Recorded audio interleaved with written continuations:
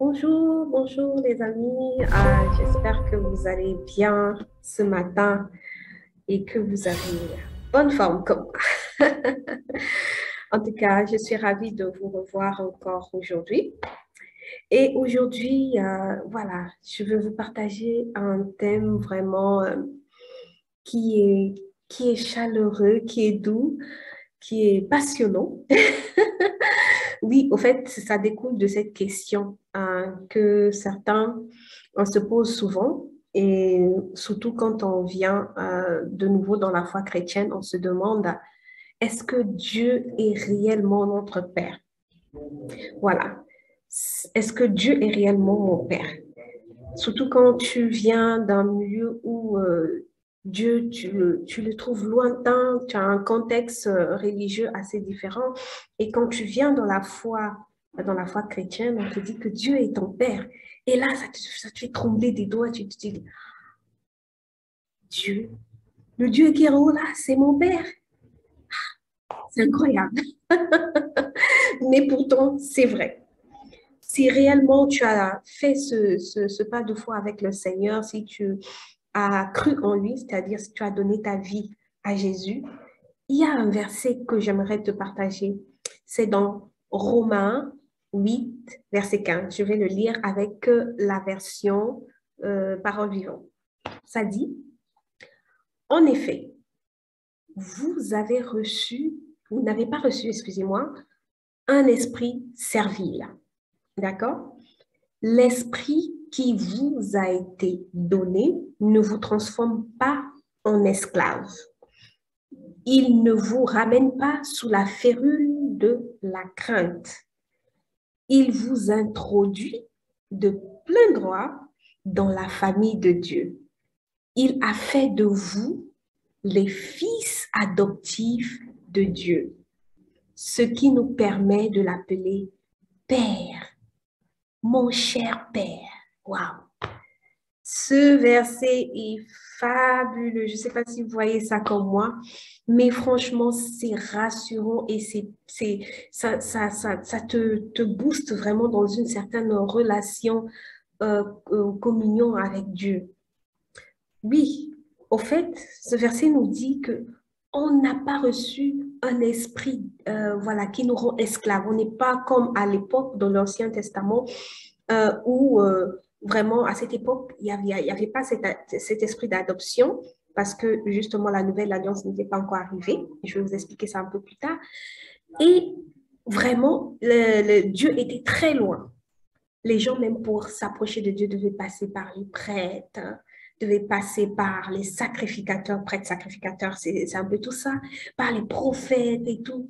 Mais avec la nouvelle alliance, c'est-à-dire depuis que le Seigneur Jésus est venu, qu'il a donné sa vie pour nous, en tout cas, il y a une séparation qu'il y avait, il a brisé cette séparation et nous, maintenant, on peut directement accéder à Dieu. On peut directement lui parler, on peut directement voilà, nous adresser à lui et vraiment, on n'est plus des esclaves. On n'est plus comme du genre, voilà, la peur, Dieu, parce que je n'ai pas fait ceci, Dieu va me punir. Oui, Dieu reste saint. Ça ne veut pas dire que puisque Dieu est ton père, donc tu dois te comporter n'importe comment. En tant que papa, quand, voilà, quand tu es un parent, tu as cette communion avec ton enfant, mais tu veilles aussi que l'enfant, c'est-à-dire ne fasse pas des bêtises. Tu le corriges en tant que bon papa. Et l'enfant aussi, surtout quand on est très petit, bon, quand on devient grand, parfois il y a cette crainte de papa, mais quand on est petit, on est libre, on peut parler à papa comme on veut, on n'a même pas honte de tordre nos phrases, on demande comme on peut. C'est vraiment magnifique. Et justement, c'est vraiment ce que ce verset est en train de dire. On n'est plus sur on n'a plus cette barrière entre Dieu et nous. Il y en a plus. On n'est plus des esclaves. On ne doit pas avoir peur de nous adresser à Dieu, peur voilà, de ce que oui, Dieu est lointain, mais Dieu est également là. Et c'est vraiment magnifique de le comprendre, mes chers amis. Aujourd'hui, grâce à ce que Jésus a fait en donnant sur la croix, comme je disais, vraiment, il n'y a plus de barrières. plus de séparation. Il a brisé le voile qui nous séparait. Aujourd'hui, on peut vraiment lui parler librement.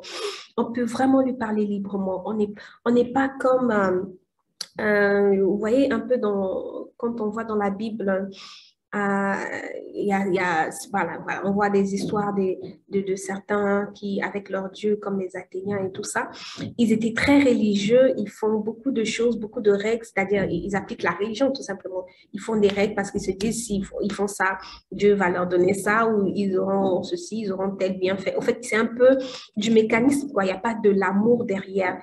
Et c'est un esprit de religiosité. Mais quand tu es un enfant de Dieu, quand tu as donné ta vie à Jésus, franchement, cet esprit de religiosité ne doit plus être ton apanage parce que tu as une véritable relation avec Dieu le Père. Oui, à la place de cet esprit de servitude que nos ancêtres avaient avant dans l'Ancien Testament, on a reçu un esprit d'adoption. Cet esprit met ceux qui le reçoivent dans un rapport filial avec Dieu. Donc, franchement, la façon dont Jésus est avec son Père, nous aussi, nous sommes les enfants de Dieu. Jésus, c'est notre frère aîné. Et nous avons cette relation. On est dans cette famille de Dieu. Vous voyez, il y a également un verset que j'aime beaucoup dans Jean 20, 17 qui dit, c'est là où Jésus disait, je monte, quand il partait, bientôt on va célébrer la rédemption, je monte vers mon Père et votre Père. C'est-à-dire, on a le même Père avec Jésus. Est-ce que vous comprenez ça? C'est incroyable. Vers mon Père et votre Père. Vers mon Dieu et votre Dieu. Donc, on a le même Père, on a cette relation de paternité avec Dieu et Jésus, notre frère, parce que c'est vraiment lui, en tant qu'aîné, il a pris, il a supporté beaucoup de choses pour nous, pour que nous puissions avoir cet libre accès, pour que nous puissions entrer dans la famille de Dieu avec cette liberté de nous exprimer à Dieu. Mais vraiment, c'est magnifique, les amis. C'est magnifique. Et ça, c'est vrai. Ce n'est pas juste de la théorie, mais c'est véritablement vrai, les amis. Dieu est réellement votre Père. Dieu est réellement mon Père. Dieu est réellement ton Père. Oui. Et ce qui fait que Paul, dans Romains, quand il nous dit que, au fait, cet esprit que nous avons reçu, cet esprit de fils d'adoption, et c'est cet esprit qui nous donne la possibilité, lorsqu'on parle à Dieu, de dire Abba, ou bien Père, mon cher Père, Abba. C'était voilà, dans les langues de l'époque, l'araméen, où voilà, quand Paul, j'ai lu un commentaire qui disait que lorsque Paul mentionnait ce mot Abba, il se rappelait au fait des souvenirs doux de l'enfance. Quand un enfant balbutie au fait le nom de son père, il dit Abba, Abba, Abba. C'est comme un petit enfant qui appelle, qui ne sait pas encore prononcer papa. Il dit Papa, papa. C'est doux, c'est magnifique. Et véritablement, on peut appeler Dieu notre Père. On peut l'appeler Abba, papa. C'est notre papa. On a cette possibilité-là. Et ça implique beaucoup de choses. Ça implique la façon dont nous parlons avec lui. Il ne faut pas que nous soyons complexés, que nous soyons limités par quelque chose, parce qu'on peut lui parler librement. Oui, on peut lui parler librement. On peut lui dire tout et n'importe quoi. Bien sûr, entre guillemets. Ça reste un père qui est notre père, bien sûr. Mais, par exemple, quand je dis lui dire un peu tout, par exemple, il ne faut pas tout simplement que lorsque c'est des sujets grands, des sujets assez sensibles, qu'on puisse voilà, se mettre à prier, le Seigneur, voilà, voilà, voilà. Même pour tout. Moi, par exemple, lorsque je fais la cuisine, je me mets à prier. Je dis, Seigneur, je prie que cette nourriture, au fait, que tu puisses m'inspirer, que je puisse bien préparer et que ça puisse être un bon goût. Ou alors, lorsque je vais aller faire les courses, je dis, ah Seigneur, je prie vraiment que je puisse bien faire les courses pour que je ne puisse pas voilà, gaspiller l'argent du mois de la maison, que je puisse vraiment faire les bonnes courses et qu'il n'y ait pas aussi des voleurs vraiment qui vont, voilà, des voleurs, voleurs physiques qui vont voler, mais voleurs aussi qui vont me pousser à éparpiller l'argent n'importe comment. Ben voilà. Ou alors, lorsque tu vas déposer l'enfant à l'école, ou tout ce que tu veux, tu peux lui parler. Lorsque tu veux faire un choix, lorsque tu veux aller rendre visite, n'importe quel sujet, tu peux dire, ah papa, je veux faire ceci, ah papa, je veux aller cela, ah papa, vraiment, on a cette liberté de lui parler. Et oui, il ne faut pas que nous puissions nous jeûner, nous dire, ah, est-ce que j'ai bien prié? De toute façon, comme on dit, on ne sait vraiment pas prier comme il faut. Mais c'est l'esprit qui nous inspire à prier. Et il faut lui parler librement. Parce que c'est ton père. Oui, tu as honte de parler à ton père. Tu fais une faute de phrase, il ou elle ou elle, c'est pas un problème. Parle-lui, c'est ton papa. Et aussi, ce que ça implique, autre chose, c'est que bien que parfois, comme on dit, quand on est un enfant de Dieu, c'est pas toujours rose. C'est difficile parce qu'on est en train de grandir, on apprend à marcher, on tombe, on apprend à nager et on peut boire un peu d'eau, on apprend à marcher sous le soleil et le soleil nous tape. Donc, en fait, c'est juste pour dire que la vie en tant qu'enfant de Dieu est semée de beaucoup voilà, d'étapes, bon, je ne voulais pas dire obstacles, mais d'étapes de préparation pour nous aider à nous façonner en tant qu'hommes, à la ressemblance de notre frère aîné Jésus. D'accord? Et donc, parfois, dans ces temps où on tombe, dans ces temps où on se griffe, on a un coup de soleil, on est parfois un peu découragé.